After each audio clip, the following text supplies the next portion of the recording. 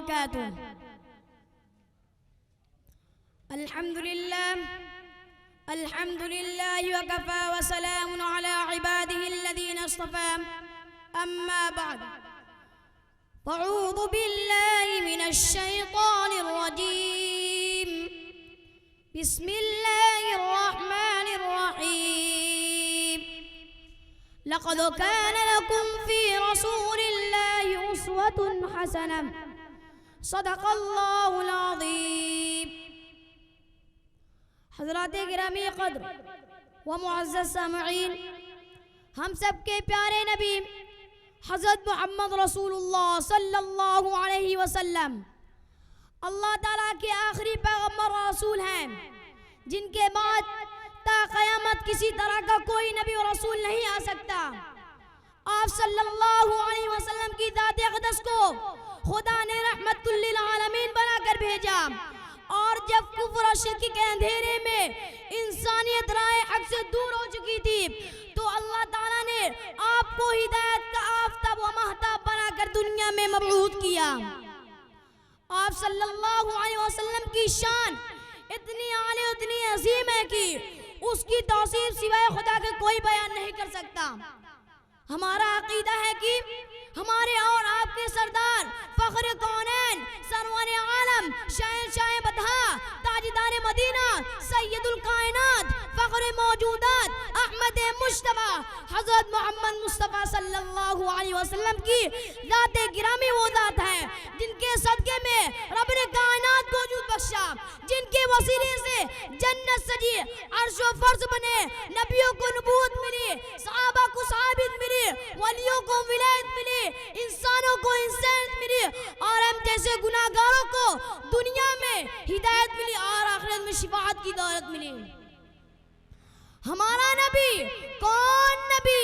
وہ نبی جس نے 23 سال کے قلیل عرصے میں دنیا کے نظام کو بدل دیا، اور صرف بدلا ہی نہیں، ظلم جہل میں پسی انسانیت کو ہدایت کی جاوداں روشنی عطا کی۔ قرآن مقدس کے شکل میں خدا کا نازوار پیغام دیا، دنیا کو علم سے مالا مال کر دیا، عالم کو روشنی سے بھر دیا، ہدایت کی شمع روشن کی، بھٹکتی انسانیت کو سیدھی راہ دکھلائی، گھر گھر دین کا اجالا کیا، کفر کے اندھیرے کو دور کیا، ایمان کی روشنی بکھیری، اپنا محبت کا پیغام دیا، ظالموں کو ظلم کو بند کیا، مظلوموں کو حق دلایا، کمزوروں کو سہارا دیا، دشمنوں کو گلے لگایا، پتھر پھینکنے والے پر پھول برسائے اور گالیاں دینے والوں کو دعاؤں کا تحفہ دیا۔